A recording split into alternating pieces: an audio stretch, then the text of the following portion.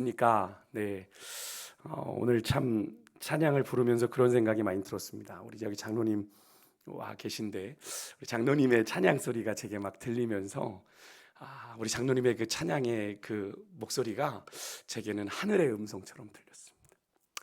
우리 장로님께서 얼마나 이 예배를 사모하고 계셨는지, 그래서 이 자리에 오셔서 함께 예배하고 계시는 그 모습이 제게는 참 많은 은혜가 되어서 그래서 제가 하나님 앞에 너무나 부끄럽기도 하고, 우리 장로님의 그 뜨거운 하나님의 마음을 이미 하나님은 받으셨겠구나 하는 그런 생각을 해 보았는데요.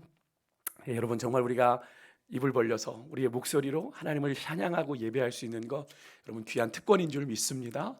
우리의 생명 다하는 그날까지, 정말 내 호흡 다하는 그날까지 그렇게 주님 찬양하며 천국 가는 그 길 갈 수 있도록 우리가 끝까지 그렇게 믿음의 여정을 걸어가는 여러분과 제가 될 수 있었으면 좋겠습니다.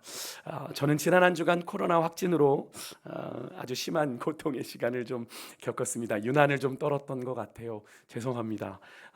등치는 산만해서 코로나도 넉넉히 이길 만한 덩치인데 코로나 증세가 조금은 제게는 심하게 나타났던 것 같습니다. 그래서 주일 예배를 인도하고 마치자마자 오한과 근육통과 또 이제 고열이 오면서 사실 좀 힘든 시간을 화요일 정도까지, 확진을 받는 화요일까지 좀 가졌던 것 같습니다. 오히려 확진 이후에는 조금 증세가 좀 완화되긴 했었는데 그래도 그 전까지는 참 그냥 그대로, 이 액면 그대로 그 증세를 겪었던 것 같은데요.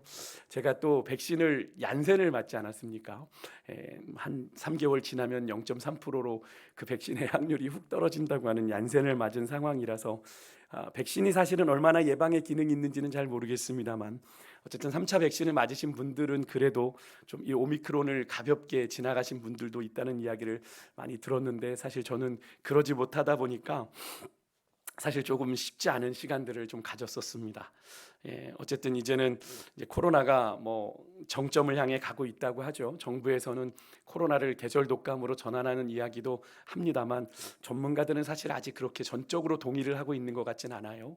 전문가들 중에는 아직 이르다, 병상은 지금 난리다, 의료계는 지금 붕괴 위기다, 이런 이야기도 하죠. 지금 보니까 어쨌든 우리가 느끼진 못하지만 코로나로 인해 하루에 죽어나가는 사람들이 100명에서 200명은 꼬박 있는 거 보면 의료가 아직도 뭐 코로나가 안전하다라고 말할 수 있는 상황은 아닌 것 같습니다만, 어쨌든 정부는 그렇게 이제 계절 독감으로 전환을 해서 코로나도 이제 독감 주사 맞듯 예방 주사를 맞으면 어느 정도 예방과 치료가 가능하다라고 주장을 하려고 이제 준비하고 있는 것 같은데, 어쨌든 뭐 지금은 모든 게 시계 제로이죠. 무엇 하나를 장담하는 것, 누가 가보지 않은 길을 가고 있는 것이고, 또 나라마다 또 여러 가지 형편과 상황들이 다르기 때문에 우리나라도 조금은 시간이 더 필요하겠습니다만, 어쨌든 이제는 코로나 걸리는 것이 자연스러워졌다라는 건 분명한 것 같습니다. 내가 의도하지 않아도, 내가 조심해도 코로나를 어디선가는 걸릴 수밖에 없는 상황이 지금 펼쳐져 있는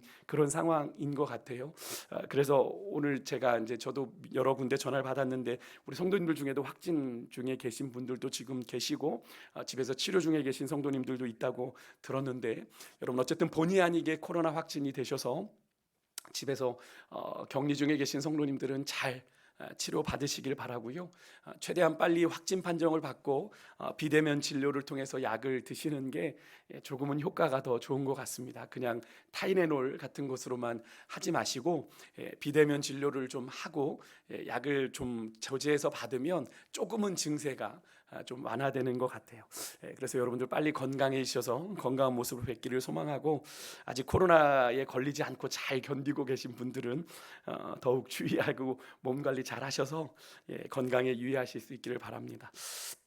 저는 오늘 본문을 좀 말씀을 준비하면서 예수님께서 아주 중요한 믿음의 예방 주사를 우리에게 놔주고 계시다라는 것들을 오늘 좀 만나게 되는데요. 오늘 본문이 이렇게 시작을 합니다. 모든 백성이 들을 때에 예수께서 그 제자들에게 하신 말씀입니다. 지금 누가복음의 이 이야기가 펼쳐지고 있는 곳은 예루살렘입니다. 예수님께서 이미 이제 예루살렘으로 누가복음의 이야기 스토리가 예전에도 한번 말씀드렸지만 북쪽 갈릴리에서부터 예루살렘을 향해 쭉 나아가는 스토리가 이어지고 있다라고 말씀을 드렸습니다. 이미 앞에서 예수님께서는 예루살렘에 입성하신 상황이고 예루살렘에서 일어난 일들 가운데 오늘 이 일이 일어나게 된 건데 모든 백성이 들을 때에 예수님께서 그 제자들에게 라고 말씀을 하십니다. 이 말씀은 무슨 의미예요? 직접적으로 볼 때 이 말씀은 예수님께서 제자들을 직접적으로 타겟으로 하신 말씀인 것 같지만 성전에 모여있는 예루살렘에 모여있는 모든 백성이 들을 수 있을 때에, 그죠? 충분히 예수님의 목소리를 들을 수 있을 때에 이 말씀을 하셨다라고 하는 것, 제자들을 향해서 하신 말씀이긴 합니다만 그 듣는 범위는 제자들을 훨씬 넘어서는 범위라고 우리가 알 수 있겠죠. 그러니까 예수님이 이 가르침을 통해서 교훈하고 원하시는 것은 제자들만이 아니라 그 예루살렘에 모여있는 많은 모든 이들의 귀라고 하는 것을 우리가 알 수 있는데요. 우리가 말씀을 들을 때 종종 갖는 생각이 좀 있는데 좀 착각이죠. 그 말씀이 나는 예외일 거다라고 생각을 하는 겁니다. 그 말씀은 나와 상관없는 말씀일 거다라고 하고 치부해버리는 그런 경우인데요. 아주 위험한 믿음의 착각이죠. 여러분, 하나님의 말씀에는 예외가 없습니다.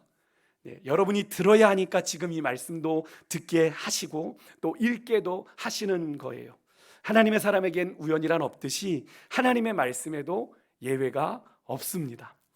그래서 우리가 어떤 말씀을 듣든지 간에 그 안에서 내게 주시는 하나님의 뜻을 찾고 구해야 하는 것인데요. 이렇게 말씀드리니까 하나님의 뜻을 찾고 구하는 것이 우리의 노력, 우리의 뭔가 힘씀, 우리의 뭔가 탐구로 되어지는 것이라 생각되지만 그렇지 않죠. 하나님의 뜻은 누가 알게 하십니까? 전적으로 성령께서, 하나님의 영이신 성령께서 하시는 일이죠.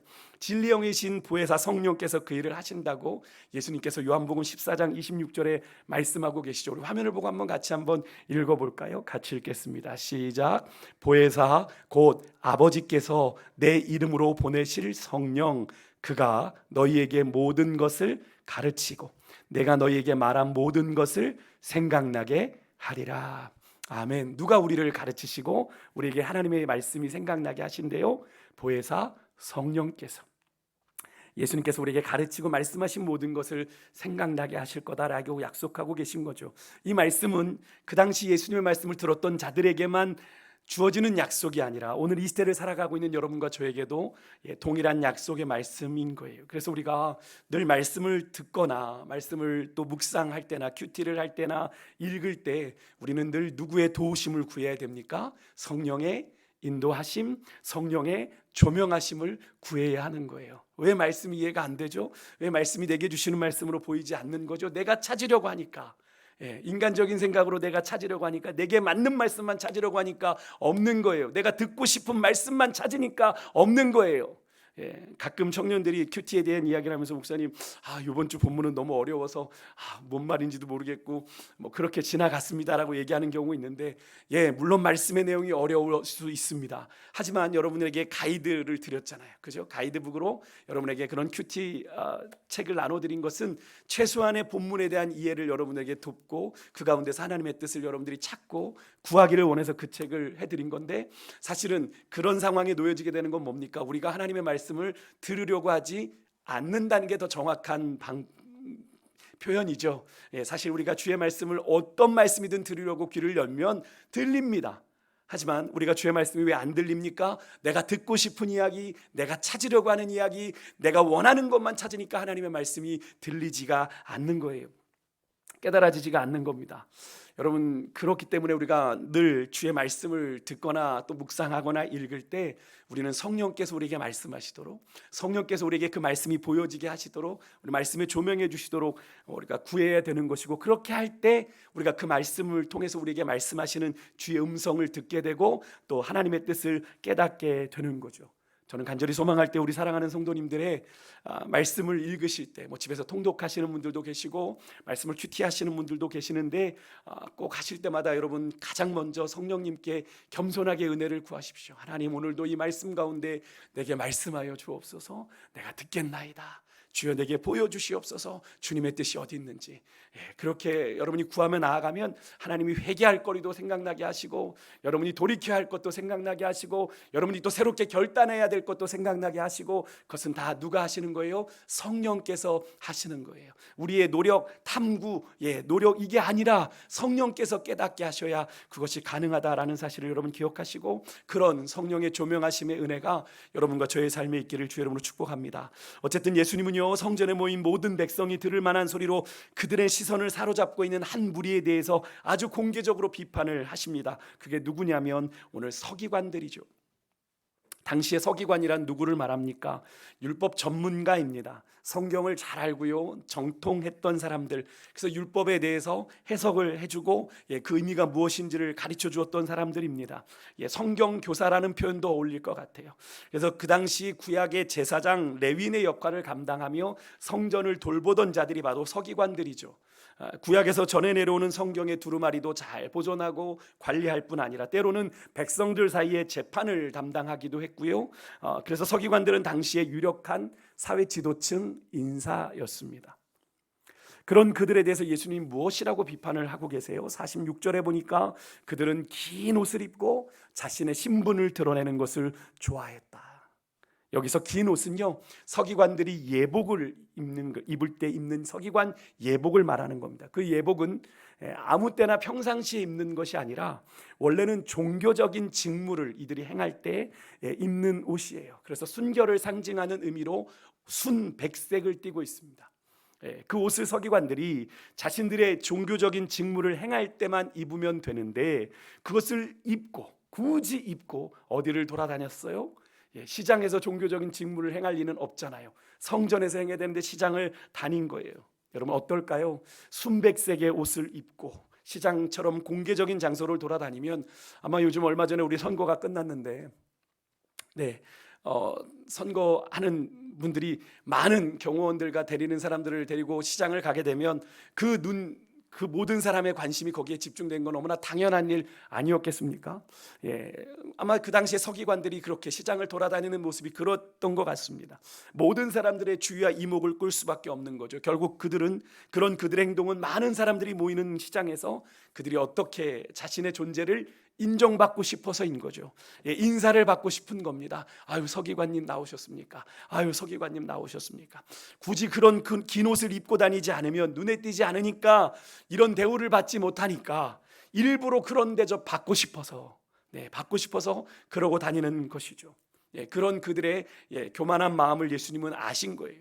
그래서 그것을 아주 노골적으로 지적을 하신 거죠. 아마 서기관들은 그 이야기를 들었을 때 뜨끔했을 겁니다. 아니 어떻게 내 속을 들어와다 본 것처럼 아마 놀랬을 거예요. 그것뿐만이 아닙니다. 이들은 회당에서도 높은 자리에 앉는 것을 좋아했어요. 당시에 회당의 높은 자리는 성경 두루마리가 놓여 있는 그런 자리, 회당에 모인 회중들하고 마주 앉아 있기에 눈에 잘 보이는 자리에 있는 겁니다. 강대상에 앉아 있으면 눈에 잘 띄잖아요, 그죠? 서기관들이 회당에서도 높은 자리에 앉기를 좋아하는 이유 뻔한 거겠죠. 이들은 잔칫집에서도 윗자리를 좋아했습니다. 다른 사람들이 자신을 우러러 볼 만한 높은 자리를 좋아하고 있는 거죠. 예수님께서는 그런 서기관들의 높아지고 싶은 마음, 대접받고 싶은 마음, 그런 가식적인 그런 교만을 조심해라 라고 당부를 하고 계시는 건데, 여러분 사울 왕 아시죠?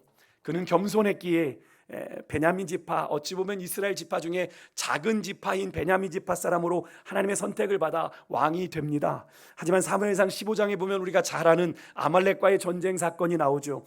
근데 그가 교만해지니까 아말렉을 모두 진멸하라 말씀하신 하나님의 명령을 거역하고 자신의 승리를 과시하고 싶은 마음에, 물론 사무엘 선지자에게는 사무엘상에 보니까 하나님 여호와께 제사하기 위하여라는 아주 그럴듯한 핑계를 댔지만 실상은 아닌 거죠. 결국 하나님께서는 그렇게 교만해진 사울 왕을 하나님께서 버리시게 되지 않습니까? 그래서 저는 오늘 이 말씀을 준비하면서 다시 그 사울 왕의 이야기의 본문을 묵상하다가 사울 왕의 아주 흥미로운 장면을 모습을 발견했는데요.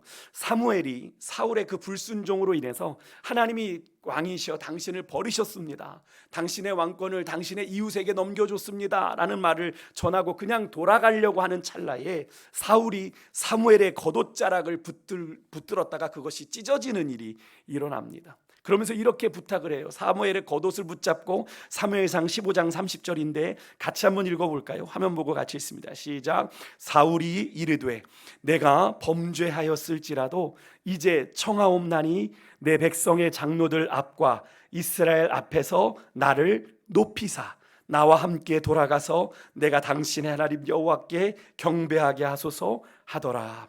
아멘. 무슨 말입니까? 사울이요, 지금 자기가 하나님 앞에 범죄해서 지금 하나님이 지금 자기를 버렸다고 얘기하는 상황이에요. 사실 얼마나 다급합니까, 그죠? 이 사건 이후에 사무엘은 다시 돌아가고 사울도 자기 곳으로 돌아가서 더 이상 사무엘이 사울을 찾지 않는 정말 황량함이, 정말 영화가 끝나듯 그렇게 끝나버리는데, 이런 절박한 상황이지 않습니까, 그죠? 그런 상황 가운데 사울이 사무엘에게 무엇을 부탁했어요? 자신의 왕으로서 남은 일말의 체면을 좀 세워달라고, 체면을 세워달라고 당부하고 있는 장면인데요, 저는 이런 사울의 모습에서 오늘 본문에 예수님이 경계하셨던 이 서기관들의 모습이 보였습니다. 사울의 교만은 하나님께서 그를 버리셨다라고 하는 사무엘의 청천벽력 같은 소리에도 여전했고요, 그 남은 왕으로서의 알량한 자존심, 그 체면을 지키기 위해 선지자의 겉옷자락까지 찢으면서 메어 달리는 모습이 너무나 안쓰럽기까지 했습니다. 사실 그렇게 사무엘의 겉옷 자국을 찢으며 매달려야 되는 건 선지자시여 회개하는 진정한 회개가 있어야 되는 것 아닙니까? 좀 살려주십시오. 하나님께 말씀해서 내가 다시 하나님 앞에 바르게 세워지기를 원합니다 라고 하는 온전한 회개의 모습이어야 되는데 그게 아니라, 그죠? 그렇게 선지자의 옷을 잡고 그렇게 했던 거예요. 정말 그 순간 사울이 지켜야 했던 건 왕으로서의 남은 자존심과 체면이 아니라 하나님의 말씀인데 그러하지 못했던 거죠. 오늘 본문에서 하나님의 뜻을 누구보다도 잘 안다고 자부하던 서기관들, 소위 말씀 전문가들이 전혀 말씀과는 상관없는 비본질적인 종교적인 지위와 체면에 연연하며 자신들의 욕심만 채우고 있는 그 모습이 조금 전 사울왕의 모습과도 크게 다르지 않은 모습이죠. 정말 누구보다도 왕으로서, 서기관으로서 하나님과 가깝게 교제하며 하나님의 뜻을 더 잘 알고 누릴 수 있는 자리에 있으면서도 하나님의 인정보다는 누구의 인정에 목말라 한 겁니까? 사람의 인정에 목말라 하며 정작 중요한 하나님의 말씀은 저버린 채 껍데기만 남은 알량한 신앙의 자존심과 체면만을 구걸하는 사울 왕과 서기관들의 모습이 참 절묘하게 오버랩 되지 않습니까? 그렇다면 여러분과 저는 어떠합니까? 우리의 신앙생활은 하나님께서 정말 우리에게 원하시는 것에 집중하고 있습니까? 정작 중요한 믿음의 본질은 놓친 채 혹시 다른 것에 우리의 믿음의 관심이 집중되어 있지는 않은지 좀 이 시간에 돌아볼 수 있기를 원해요. 사실 제가 오늘 본문 말씀 제목에 믿음의 예방주사라는 표현을 썼는데, 예수님께서 오늘 이 본문 말씀을 하시면서 사실은 가장 직접적으로 타겟으로 삼으신 대상이 누구였습니까? 제자들이었죠. 예수님의 제자들입니다. 근데 여러분 아십니까? 이 말씀 뒤에 22장에 가게 되면 제자들끼리 아주 큰 다툼이 22장에 나타나요. 그 다툼의 이유가 뭔지 아십니까? 22장 24절에 이렇게 나옵니다. 우리 같이 한번 좀 읽어볼게요. 같이 읽습니다. 시작. 또 그들 사이에 그중 누가 크냐 하는 다툼이 난지라. 아멘. 무슨 다툼이 났다고 그래요? 누가 크냐? 다른 말로 하면 누가 더 높으냐? 하는 것으로 제자들이, 바로 예수님의 12제자들이 서로 다투었다는 거죠. 예수님께서는 이미 제자들 사이에 일어나고 이런 마음이 있다는 것을 이미 아신 거죠. 아셔서 오늘 본문에서 서기관들의 그런 교만한 모습을 빗대어서 그들이 서로에 대해서 높아지려는 그 마음에 하나님께서 예방주사를 놓으신 거예요. 사실 큰 효과는 없었지만 그 사실이 참 안타깝긴 한데요, 그 정도로 예수님의 12제자들은 예수님의 공생에 지금 가장 막바지잖아요. 이미 예수님께서 예루살렘에 입성하신 상황입니다. 십자가를 목전에 두신 상황이에요. 그 순간까지도 이 제자들의 마음은 세속적인 욕망으로 가득 차 있었다라고 하는 것을 우리가 알 수 있는데, 여전히 그들의 스승 되신 주님의 기대와는 참 많이 다른 제자들의 모습을 우리가 마주하게 되는데요. 그렇다면 여러분, 우리는 어떠합니까? 여러분, 우리가 예수님을 믿는다라고 하는 것, 무엇을 말하는 건가요? 예수님을 믿는다고 하는 것, 그냥 주일날 교회 와서 예배 드리고 신앙생활 하는 것, 그것이 예수님을 믿는 건가요? 예수님을 믿는다는 건 바로 예수님께서 죄로 인해 영원히 죽을 수밖에 없는 나를 위해 십자가에서 대신 죽으심으로 우리에게 구원을 베풀어 주시고 하나님의 거룩한 자녀 삼아 주셨음에 감사하는 마음으로 그분이 가신 그 길을 순종하며 따라가는 것이 바로 예수 믿는 자의 삶이죠. 예수 믿고 구원받았다고 하는데 내 맘대로 내 살 길 찾아가는 것, 여러분 예수 믿는 거 아닙니다. 여러분 예수 믿는다는 건 나는 없고 내가 예수님과 함께 십자가에 죽었기 때문에 예수님과 함께 다시 산 그 순간부터는 주를 위해서 살아가는 것이 진정 예수 믿는 자의 삶인 거예요. 그래서 삶의 목적도 바뀌고 삶의 기준도 바뀌고 삶의 방식도 바뀌는 것이 예수 믿는 자의 삶인 거죠. 그래서 그 길에는 죄된 나는 없고요, 나를 다시 살리신 예수만 있는 삶을 사는 것이 바로 진정 예수를 믿는 삶인데, 여러분 우리의 삶은 어떠합니까? 혹시 여러분 예수님의 뒤를 십자가의 길까지 따라가는 제자들처럼 여전히 주님과 동상이몽하며 우리의 세속적인 욕심에 찬 길을 걸어가면서 딴의 믿음의 길을 걸어간다고 착각하고 있지는 않은지, 여러분 우리가 사순절을 보내고 있는데 사순절은 십자가의 길을 따라가는 거잖아요. 우리가 정말 십자가의 길을 오롯이 잘 따라가고 있는지 우리의 삶의 방향을 좀 점검해 보았으면 좋겠습니다. 사실 이 모습은 제자들이 성령 받기 전의 모습이죠. 성령 받기 전의 모습입니다. 그래서 사실 이 제자들의 모습이 이해가 돼요. 하지만 이 제자들이 성령 받고서는 어떻게 됩니까? 변하잖아요. 그죠? 근데 우리는 지금 어떤 상황이에요? 우리도 이 제자들 같은 상황입니까? 우리는 성령을 받아 주의 길을 걸어가는 사람들이잖아요. 성령으로 말미암아 거듭나서, 그죠? 하나님의 거룩한 자녀가 되어 정말로 이 땅에 나그네 인생길을 걸어가는데 우리가 여전히 이 제자들과 같은 모습을 가지고 있다면 우리의 모습은 잘못된 거죠. 또 한 가지 예수께서 세기관들을 향해 비판하신 건 47절에 보니까 그들이 과부의 가산을 삼키고 외식으로 길게 기도하는 것을 지적하셨습니다. 여기서 예수님께서 언급하고 있는 이 과부는 어떤 존재들입니까? 당시의 사회 최극빈층을 말하죠. 예수님께서 고아와 나그네와 더불어 하나님께서 당연히 긍휼히 여기고 너희들이 구제해야 할 자들로 정하신 사람들, 그런 그들을 돕기보다는 서기관들이 그들의 남은 재산마저 수탈하고 부당하게 착취함으로 그들의 삶을 피폐하게 만들었다 라고 하는 것을 예수님은 이미 알고 계셨던 거예요. 이런 극악무도한 악행을 저지르면서도 사람들 앞에서는 보란듯이 길게, 아주 길게 기도하면서 가장 경건한 사람인 양 가증스럽게 위선의 탈을 쓰고 있었던 자들이 누구라는 거예요? 서기관들이었다라는 거예요. 당시의 기록에 보니까 남편의 유언에 의해서 과부에게 남겨진 재산은요, 서기관들에게, 사회적으로 유력 인사인 사회적인 그들에게 맡겨져서 그 재산이 관리될 수 있었다고 합니다. 그런 과부의 재산을 서기관들이 관리하다가 교묘하게 빼앗기도 하는 경우가 종종 있었다고 해요. 예수님께서 그것을 이미 아시고 지적하고 계시는 거죠. 거기다가 그런 서기관들이 사람들에게 잘 보이려고 길에서 오래 기도하는 것, 단순히 종교적인 외식행위, 참 경건함, 그런 것을 가식적으로 드러내는 그런 차원을 넘어서서 그런 외형적인 모습을 통해서 자신들이 어떤 존재라는 걸 보여주는 거예요. 사람들에게 참 경건한 서기관님이야, 저분은 참 저렇게 오래 기도하는 건 보니까 경건한 서기관님이야, 그런 인상을 사람들에게 줘서 더 많은 재산을 위탁받기 위해서, 참 마음 아프죠. 자신의 탐욕을 채우기 위해서 그렇게 프리텐드 하는 겁니다. 그런 척 하는 거예요. 경건한 척 하느라 오래, 길에서 오래 기도하는 거예요. 상업적인 목적이 있는 거죠. 이렇게 표현하면 참 어폐가 있습니다만, 종교가 타락을 하니까 그런 세속적인 모습을 드러내고 있는 거죠. 누구보다 도덕적인 양 행사하며 행세를 하고 시장과 거리를 돌아다녔던 건데요. 당시 예수님 시대에 성전이, 또 종교 지도자들이 얼마나 타락했는지를 아주 분명하게 확인할 수 있는 그런 장면이죠. 자신들의 본연의 사명은 잊어버린 채 철저하게 세속화되어 자기 욕심에 눈멀어 살아가고 있는 그런 종교 지도자들, 말씀과는 전혀 상관없는 삶을 살아가고 있는 여러분, 이 서기관이란 존재들이 어떤 사람들입니까? 누구보다도 하나님의 율법을 잘 알고 잘 가르쳐야 할 사람들이 그들의 가르침과는 전혀 어울리지 않는 악행을 지금 저지르고 있는 거죠. 아마 사람들은 몰랐을 겁니다. 서기관들이 그런 악행을 뒤에서 저지르고 있는지 몰랐을 거예요. 겉으로는 최고 희고 긴 옷으로 자신들을 교묘하게 치장한 채 시장과 거리를 누비며 다녔기에 아마도 그런 그들의 실상을 사람들은 몰랐을 거예요. 그죠? 서기관님이 설마 그랬을까? 하지만 예수님은 그런 그들의 회칠한 무덤 같은 그들의 죄인된 민낯을 다 보신 거죠. 여러분, 이 사실이 여러분과 저에게도 동일하게 적용이 됩니다.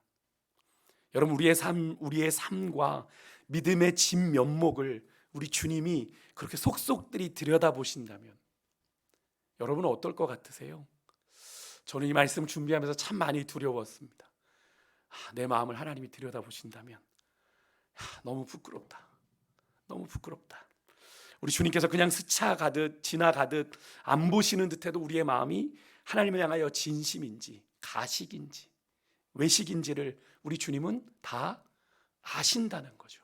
다 아신다는 거예요.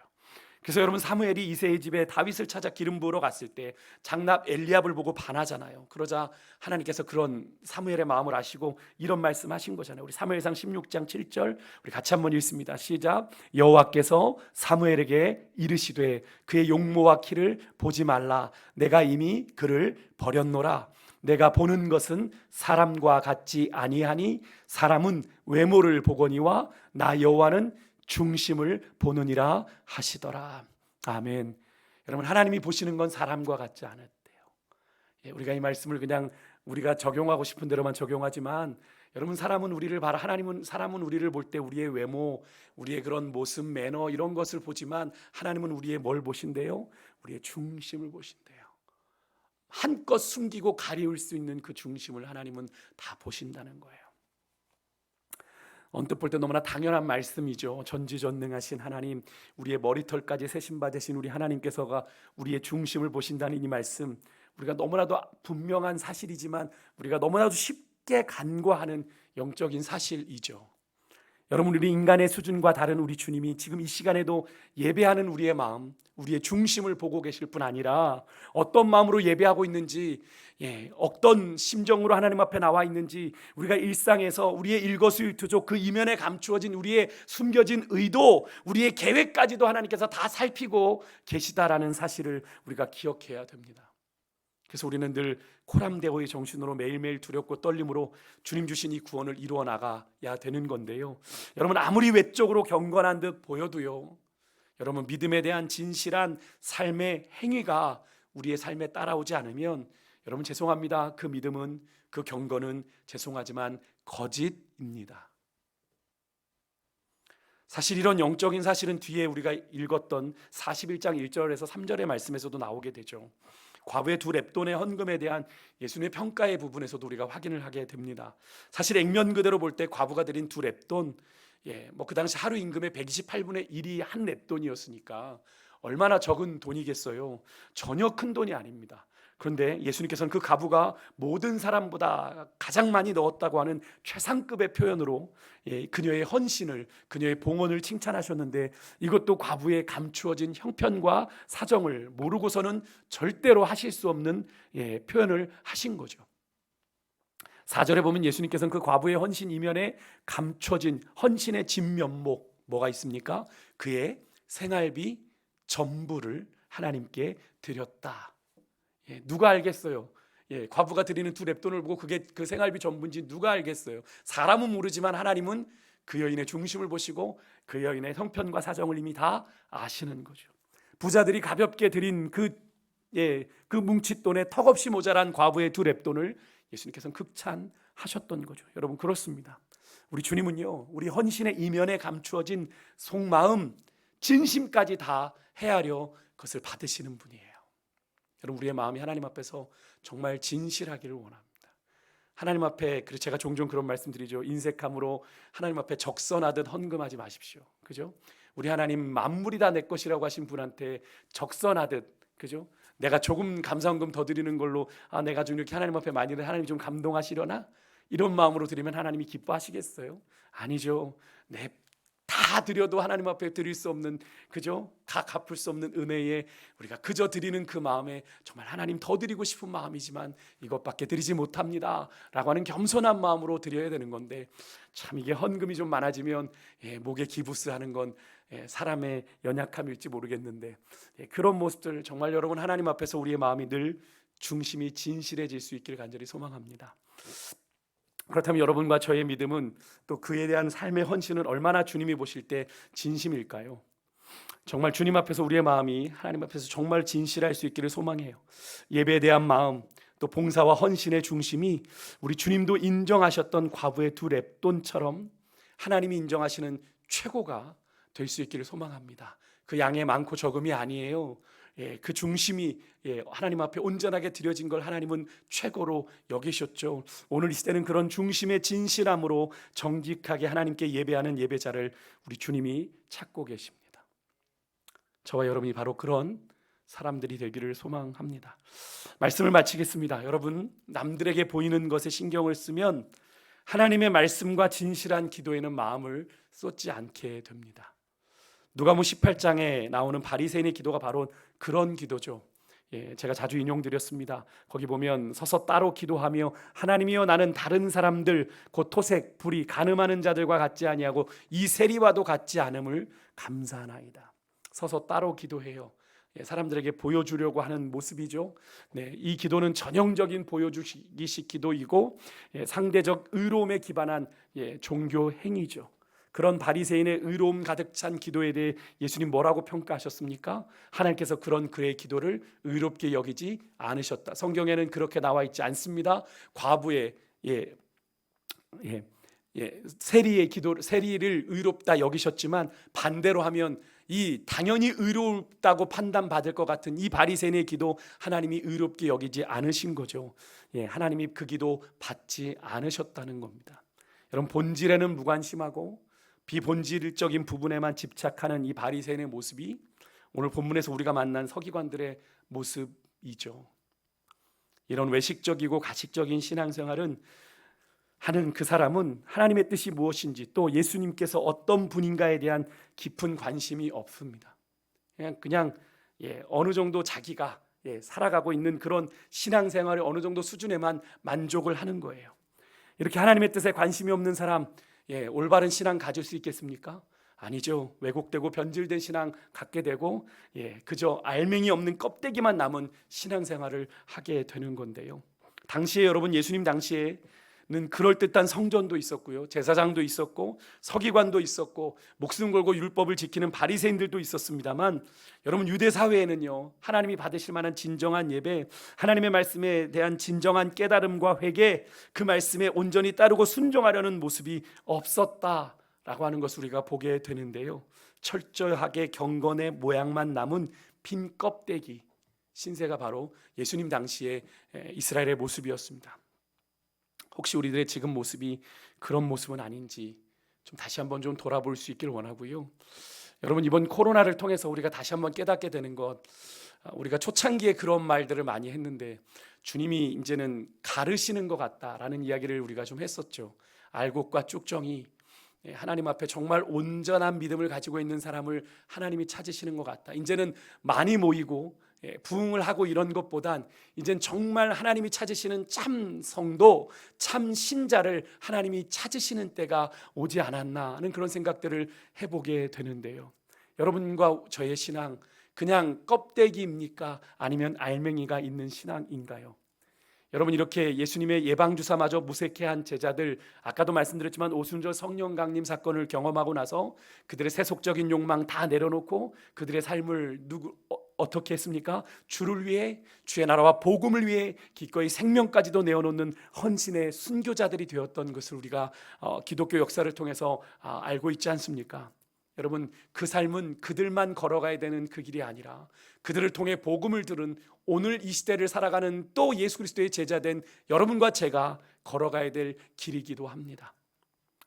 여러분, 우리가 구원받은 것, 성령으로 거듭났음을 의미하는 거죠. 우리 안에 계신 성령의 다스림을 온전히 받는 삶을 살아야 되는 거죠. 그래서 그 성령의 다스리심 속에 육체의 소욕을 이기고 나를 쳐서 주님 앞에 복종시키는 거룩한 영적인 몸부림을 우리가 하며 살아가고 있는지, 여러분, 이 밤에, 이 저녁에 다시 한번 우리의 모습을 정직하게 주님 앞에 돌아보고요, 정말로 주님이 이 어려운 시대 가운데 우리로 믿음을 지키는 자리로 우리를 불러주셨는데, 그냥 적당히 믿음을 유지하고 신앙을 유지하는 차원의 문제가 아니라 정말로 주님이 찾으시는 참 한 사람의 예배자, 참 헌신자로 여러분과 제가 그렇게 주님 앞에 결단하며 나아갈 수 있는 그런 은혜가 있기를 원합니다. 여러분이 하나님이 우리에게 무엇을 원하시는지 고민하십시오. 말씀을 읽을 때마다 질문하십시오. 그래서 그렇게 살아내기 위하여 날마다 나를 쳐서 복종시키고 몸부림치는 가운데 주의 거룩한 뜻이 우리의 삶에 날마다 이루어질 수 있기를 주의 이름으로 축복합니다. 우리 그 소망하는 마음으로 함께 우리 찬양하며